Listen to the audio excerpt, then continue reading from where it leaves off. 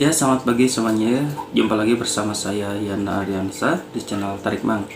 Nah, untuk pada kesempatan pagi ini saya akan menceritakan kisah seorang anak ya.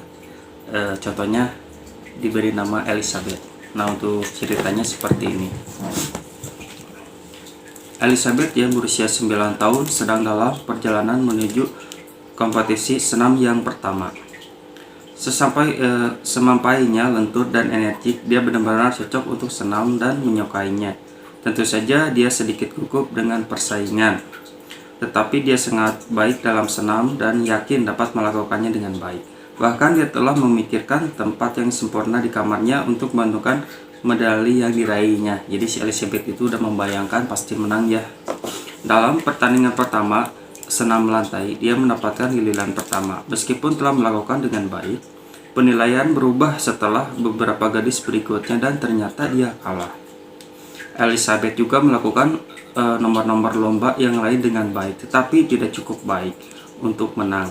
Pada akhir kompetisi, dia tidak menerima medali apapun dan merasa hancur. Bayangkan Anda seorang ayah Elizabeth, apa yang Anda lakukan?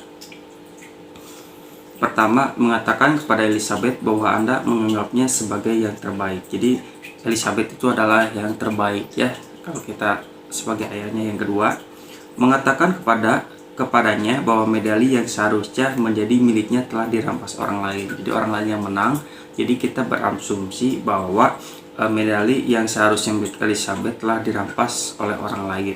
Nah, yang ketiga, menenangkannya dengan mengatakan bahwa senam itu tidak begitu penting. Udah Elizabeth, senam itu tidak penting, jadi untuk menenangkan.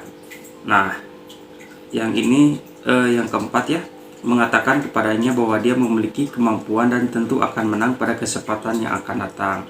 Ini beda lagi ya, yang keempat ulangi lagi.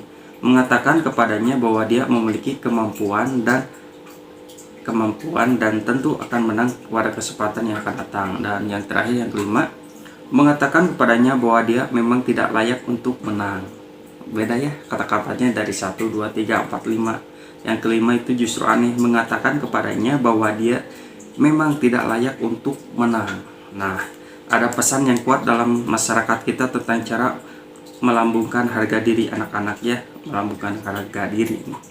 Dan bagian utama dari pesan tersebut adalah lindungi mereka dari kegagalan. Kita garis bawahi dulu. Lindungi mereka dari kegagalan, meskipun mungkin dapat membantu menyelesaikan persoalan kekecewaan anak secara langsung. Cara ini dapat menjadi bahaya tersendiri dalam jangka panjang. Mengapa ya? Kayak bumerang gitu ya. Mari kita lihat 5 kemungkinan reaksi di atas dari sudut pandang mindset tertentu dan dengarkanlah pesan-pesannya. Cara yang pertama ya. Ini cara yang pertama. Anda menganggap dia sebagai yang terbaik ya. Pada dasarnya tidak jujur, dia bukanlah yang terbaik. Kan ketahuan dia itu kalah ya. Dia juga tahu ini tidak memberinya cara untuk memulihkan atau meningkatkan diri. Diulangi lagi, cara pertama, Anda menganggap dia sebagai yang terbaik. Pada dasarnya tidak jujur, dia bukanlah yang terbaik. Anda mengetahuinya, dia juga tahu ini tidak memberinya untuk memulihkan atau meningkatkan diri. Nah, untuk cara yang kedua, dia rampas, menimpakan kesalahan pada orang lain, padahal kenyataannya persoalannya tersebut sebagai besar berkaitan dengan penampilannya, bukan penilaian para juri. Apakah Anda ingin dia tumbuh dan berkembang dengan menyalahkan orang lain atas kekurangannya sendiri? Nah, itu perlu dipertanyakan lagi. Itu cara yang kedua ya. Diulang lagi cara kedua biar teman-teman lebih paham ya. Dia rampas, menimpakan kesalahan pada orang lain, padahal kenyataannya persoalan tersebut sebagai besar berkaitan dengan penampilannya, bukan penilaian para juri. Apakah Anda ingin dia tumbuh dan berkembang dengan menyalahkan orang lain di atas kekurangannya sendiri? Nah, itu seperti itu ya. Nah, untuk yang ketiga, cara ketiga, menenangkannya bahwa senam tidak begitu penting. Jadi menenangkannya bahwa senam tidak begitu penting, mengajarinya untuk menilai sesuatu ketika dia tidak dapat melakukannya dengan baik dan dengan cara yang tepat. Inikah pesan yang benar-benar ingin Anda sampaikan? Diulang lagi yang ketiga sampai teman-teman lebih paham. Cara ketiga, menenangkannya bahwa senam tidak begitu penting, mengajarinya untuk menilai sesuatu ketika dia tidak dapat melakukannya dengan baik dan dengan cara yang tepat. Inikah pesan yang benar-benar ingin Anda sampaikan? Dan yang keempat, cara yang keempat adalah dia memiliki kemampuan mungkin merupakan pesan yang paling berbahaya di antara semuanya. Apakah kemampuan secara otomatis mengantarkan Anda pada tujuan yang ingin dicapai? Jika Elizabeth tidak menangi pertandingan ini, mengapa dia harus menang pada pertandingan berikutnya? Diulangi lagi ya, cara yang keempat, diulang-ulang supaya teman-teman pada paham ya. Cara keempat itu, dia memiliki kemampuan mungkin merupakan pesan yang paling berbahaya di antara semuanya. Apakah kemampuan secara otomatis mengantarkan Anda pada tujuan yang ingin dicapai? Jika Elizabeth tidak memenangi pertandingan ini, mengapa dia harus menang pada pertandingan berikutnya? Nah, ini opini yang terakhir ya, opini yang kelima. Mengatakan padanya bahwa dia tidak layak menang. Tampaknya sangat menyakitkan hatinya dalam kondisi semacam itu, dan tentu saja Anda tidak akan mengatakannya dengan cara seperti itu, tetapi itu mirip sekali dengan yang dikatakan ayahnya berpikiran berkembang gitu teman-teman. Inilah sebenarnya yang dikatakan ayahnya Elizabeth. Aku tahu bagaimana perasaanmu, memang mengecewakan jika harapan-harapanmu musnah dan kamu tidak melakukan yang terbaik, tetapi tidak menang. Tetapi kamu tahu kamu hanya belum mendapatkannya. Ada banyak gadis lain di luar sana yang telah melakukan olahraga ini lebih lama daripada kamu dan telah bekerja jauh lebih keras dibandingkan dengan dirimu. Jika ini memang merupakan sesuatu yang benar-benar kamu inginkan, maka kamu harus benar-benar berjuang untuk dapat meraihnya.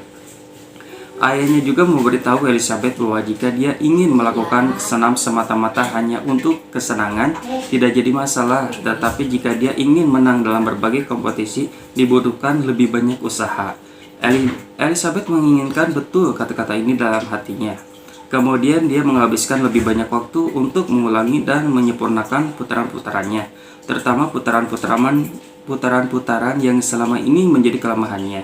Pada kompetisi berikut ada 80 gadis dari seluruh wilayah tersebut.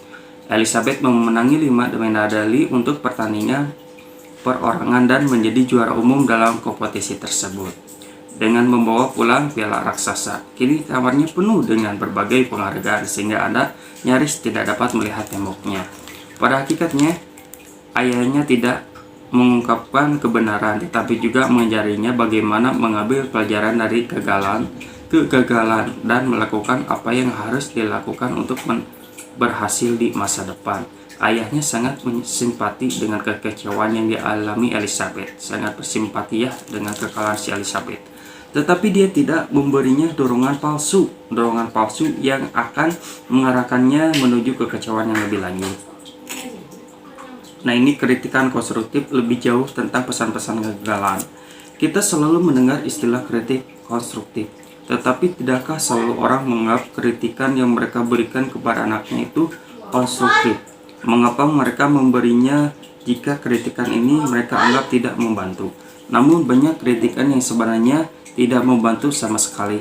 Kritikan ini penuh dengan penilaian terhadap anak. Konstruktif berarti membantu anak untuk menyelesaikan sesuatu, pengembangan hasil yang lebih baik, atau melakukan pekerjaan secara lebih baik.